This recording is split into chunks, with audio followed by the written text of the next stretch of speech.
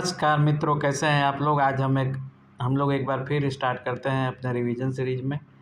और आज हम लोग देखेंगे विश्व की प्रमुख नदियों के बारे में देखेंगे।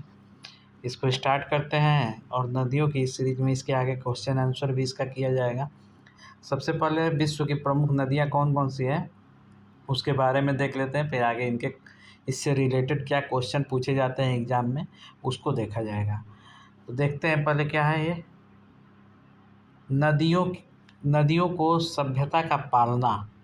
नदियों को क्या कहा जाता है? सभ्यता का पालना एवं एशिया महाद्वीप को सभी धर्मों की आद्य भूमि कहा जाता है। नदियों को सभ्यता का पालना कहा जाता है और एशिया महाद्वीप को सभी धर्मों की आद्य भूमि कहा जाता है। यहाँ की दजला और फरात नदियाँ की घाटी में मेसोपोटामिया की सभ्यता एवं सिंधु नदी घाटी क्षेत्र में हड़प्पा सभ्यता का जन्म हुआ। देखिए, दजला फरात घाटी में मेसोपोटामिया सभ्यता का जन्म हुआ और सिंधु नदी घाटी में हड़प्पा सभ्यता का जन्म हुआ है। एशिया की सबसे लंबी नदी कौन सी है? तो यांगत्से नदी है। एशिया की सबसे लंबी नदी याद रखिएगा, एशिया की सबसे लंबी नदी कौन सी है? तो यांगत्से नदी है। यांगत्से नदी जो चीन में प्रवाहित होते हुए प्रशांत महासागर के पूर्वी चीन सागर में गिरती है। ये चीन में प्रवाहित होती है यांगत्से की नदी, जो एशिया की सबसे लंबी नदी है। और ये प्रवाहित होते हुए कहाँ गिरती है? चीन सागर में ही गिरती है, बाकी पूर्वी चीन सागर में गिरती है। इस नदी की कुल लंबाई कितनी है? 6,300 किलोमीटर है। दूसरी देखते हैं मेकांग नदी। इसकी लंबाई है 4,909 किलोमीटर। ये तिब्बत के पठार से उद्गमित होकर चीन के यूनान प्रांत, म्यांमार, लाओस, थाईलैंड और कंबोडिया और वियतनाम से प्रवाहित होते हुए दक्षिण चीन सागर में गिरती है। ये नदी कहाँ गिरती है? मेकांग नदी ये दक्षिण चीन सागर में गिरती है। और ये देखिए तिब्बत के पठार से निकलती है और यूनान प्रांत, म्यांमार, लाओस, थाईलैंड, कंबोडिया और वियतनाम से प्रवाहित होते हुए जाती है।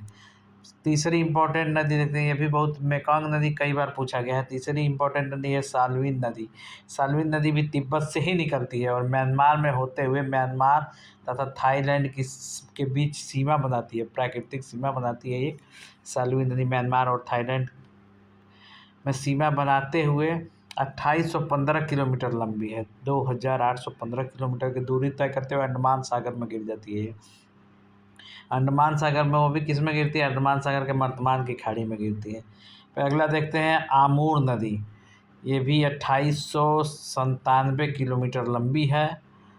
अर्गुन नदी को शामिल करके लंबाई इसकी हो जाती है 4,440 किलोमीटर। एक अर्गुन नदी है, उसके अगर इसमें शामिल कर दिया जाए तो दोनों लंबाई मिला के इसकी हो जाती है 4,440 किलोमीटर लंबाई में प्रवाहित होती है। यह चीन एवं रूस में सीमा बनाती हुई प्रशांत महासागर में, ये चीन और रूस की सीमा बनाते हुए कहाँ गिरती है? प्रशांत महासागर में गिरती है ये नदी। ततारी जल संधि चीन और रूस के भी मध्य सीमा बनाती है। कौन सी नदी बनाती है चीन और रूस के मध्य सीमा? तो ये आपकी है आमूर नदी। उसके बाद आते हैं सिंधु नदी। सिंधु नदी पाकिस्तान में बहने वाली प्रमुख नदी है। कहाँ से निकलती है? तिब्बत के पठार से निकलती है, भारत और पाकिस्तान में प्रवाहित होते हुए ये अरब सागर में गिरती है। अरब सागर में गिरने से पहले इसमें अरब सागर से गिरने से पहले इसमें कौन कौन सी नदियाँ आके मिलती हैं? देखिए, झेलम, चेनाब, रावी, ब्यास और सतलज और काबुल आदि नदियाँ का जल इसमें मिल जाता है सिंधु नदी में। सिंधु और उसकी सहायक नदियों से बहुत सी नहरें निकलती हैं, इसलिए पाकिस्तान को क्या कहते हैं? पाकिस्तान को नहरों का देश कहा जाता है, क्योंकि सिंधु और उसकी सहायक नदियों से बहुत ढेर सारी नहरें निकलती हैं। अगली नदी है इरावती। इरावती नदी को म्यांमार की जीवन धारा कहा जाता है। देख लीजिए, इरावती नदी को क्या बोलते हैं? म्यांमार की जीवन धारा इसको बोलते हैं। इतना इम्पोर्टेंट है ये म्यांमार के लिए। चीन के उत्तर में बहने वाली हांगहो के जल में पीली मुलायम मिट्टी बहने के कारण इसे पीली नदी कहते हैं। अगर पीली नदी क्वेश्चन पूछ देता है कि पीली नदी किसे कहते हैं, तो हांगहो नदी को पीली नदी कहते हैं। और कहाँ बहती है? चीन के उत्तर में बहती है। श्रीलंका का दक्षिण मध्यवर्ती भाग सबसे ऊंचा भूभाग है। श्रीलंका का दक्षिण मध्यवर्ती भाग सबसे ऊंचा भूभाग है, और इसे ऊंचे भूभाग को में तटीय मैदानों को क्रमशः ऊंचाई कम होती है। इस ऊंचे भूभाग में तटीय मैदानों की ऊंचाई क्रमशः क्या होती है? कम होती है। यह मैदान पश्चिम और दक्षिण पश्चिम में संकरा और उत्तर में सबसे अधिक चौड़ा है।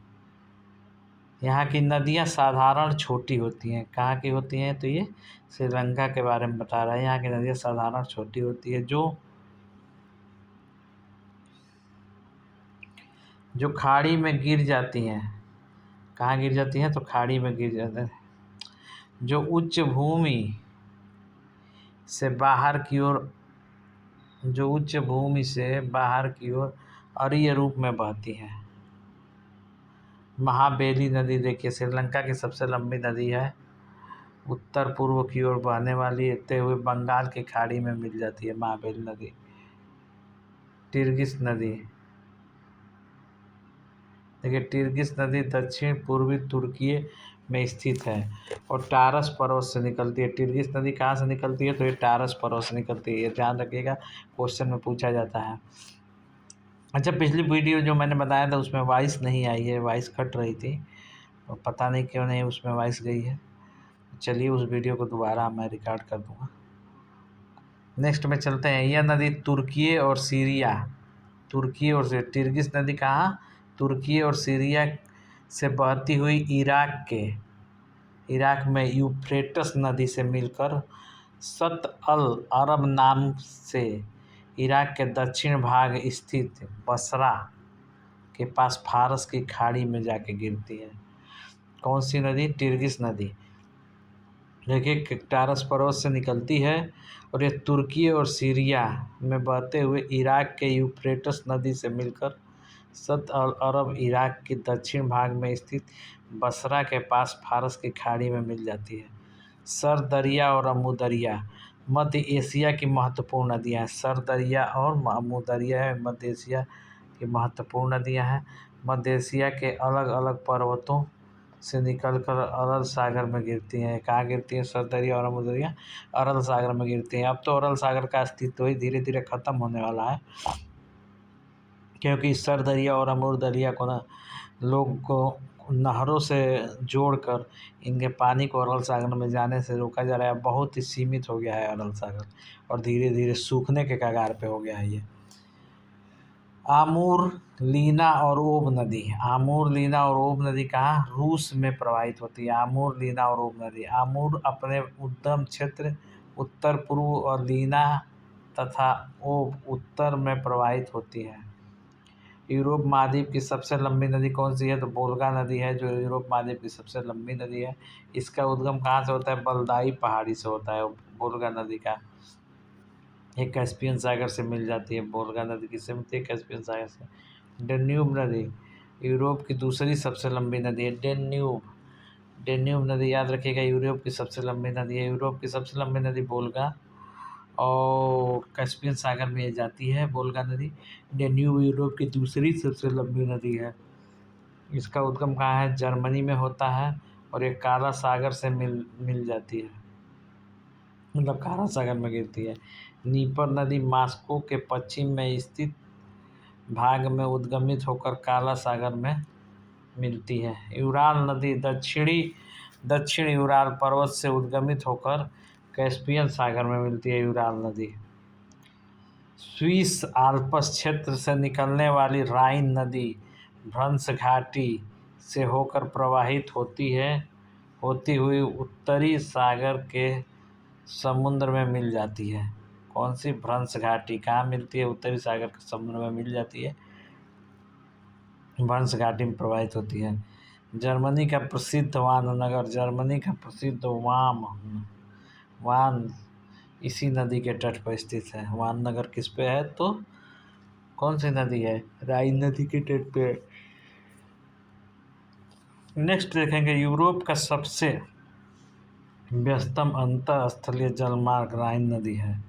रोन नदी स्विट्जरलैंड के जेनेवा से होकर बहती हुई भूमध्य सागर में लियोन की खाड़ी में गिरती है।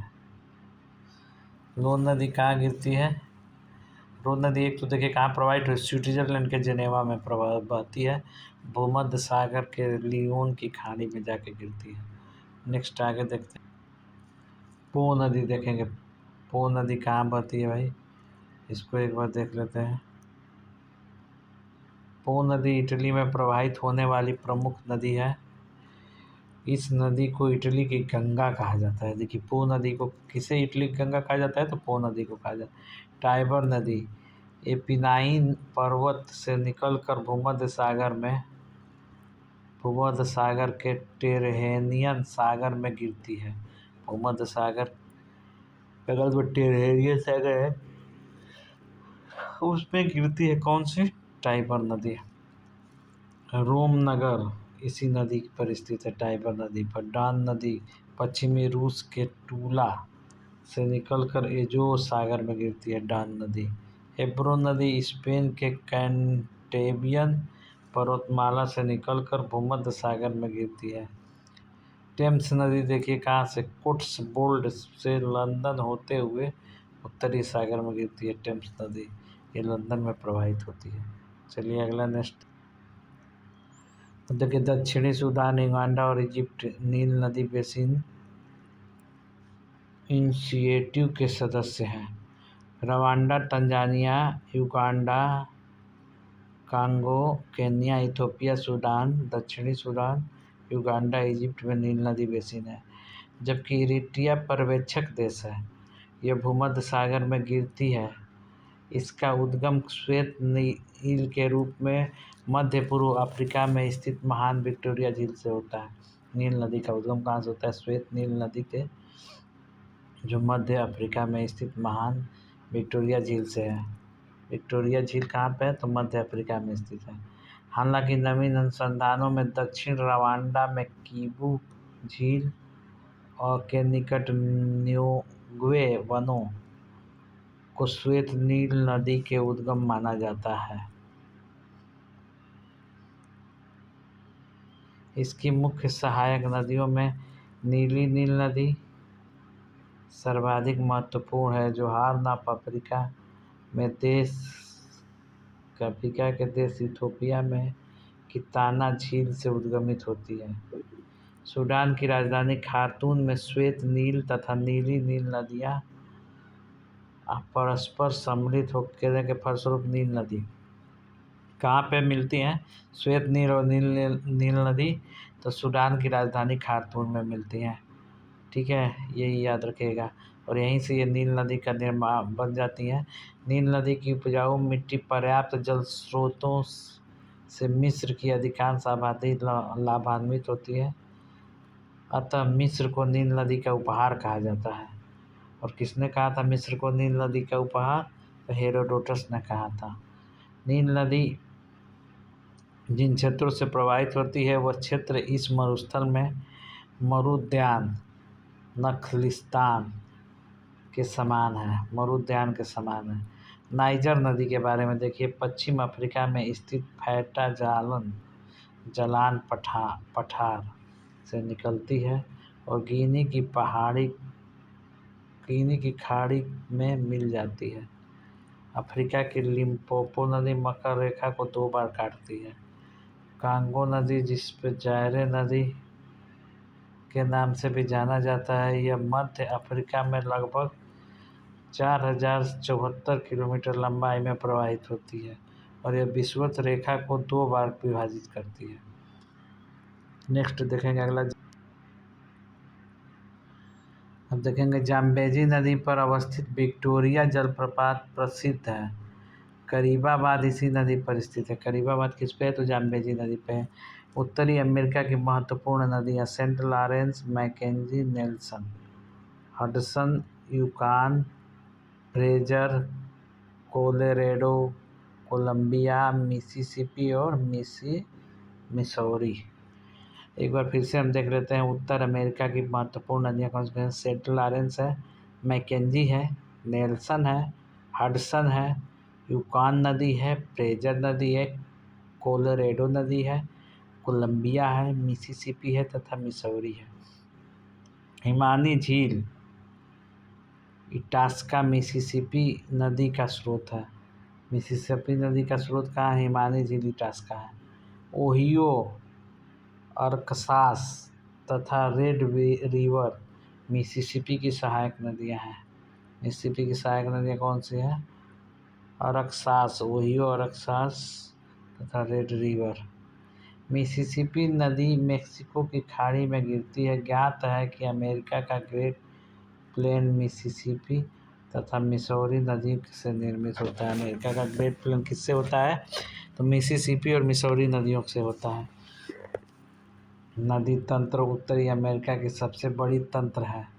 मिसिसिपी और मिसौरी नदी तंत्र क्या है? उत्तर अमेरिका की सबसे बड़ी नदी तंत्र है। इसकी कुल लंबाई 6,275 किलोमीटर है। यूकान नदी संयुक्त राज्य अमेरिका के अलास्का प्रांत एवं कनाडा में प्रवाहित होती है। यूकान नदी कहाँ है? संयुक्त राज्य अमेरिका के अलास्का तथा कनाडा में। इसकी लंबाई 3,185 किलोमीटर है यूकान नदी की।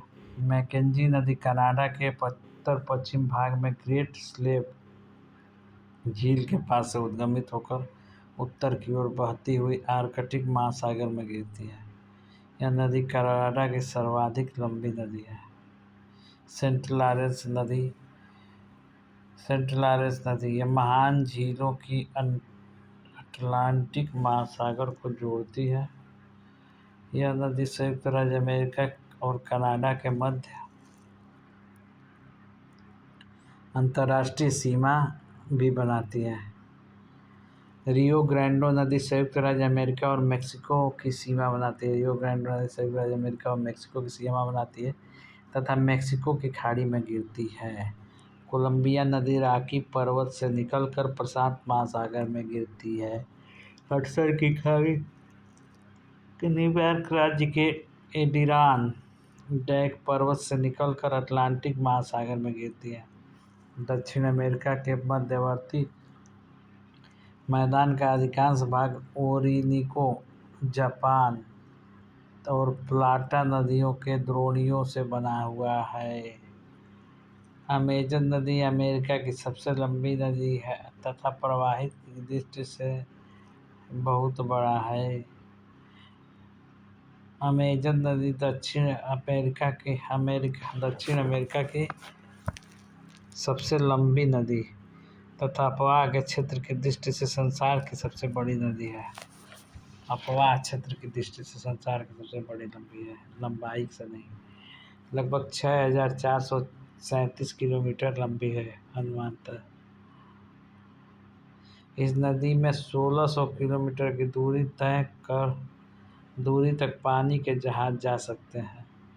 ओरिनिको नदी का अधिकांश भाग वेनेजुएला और कुछ भाग कोलंबिया तथा वेनेजुएला की सीमा के साथ कोलंबिया में प्रवाहित होता है। परान नदी ब्राज़ील और पैराग्वे के सीमा निर्धारित करती है। यह नदी ब्राज़ीलियन उच्च भूमि से निकलती है। ऑस्ट्रेलिया महाद्वीप की सबसे प्रमुख नदियाँ कौन सी हैं? तो मर्रे और डार्लिंग हैं। मर्रे डार्लिंग की घाटी ऑस्ट्रेलिया का सबसे प्रमुख कृषि क्षेत्र है। मर्रे डार्लिंग की घाटी विश्व की सर्वाधिक लंबी 5 नदियों और उनकी लंबाई इस प्रकार है। पहला नील नदी 6,695, फिर अमेजन नदी 6,437, Jiang 6,300 kilometre, Mississippi Missouri Jefferson 6,274 और मिसिसिपी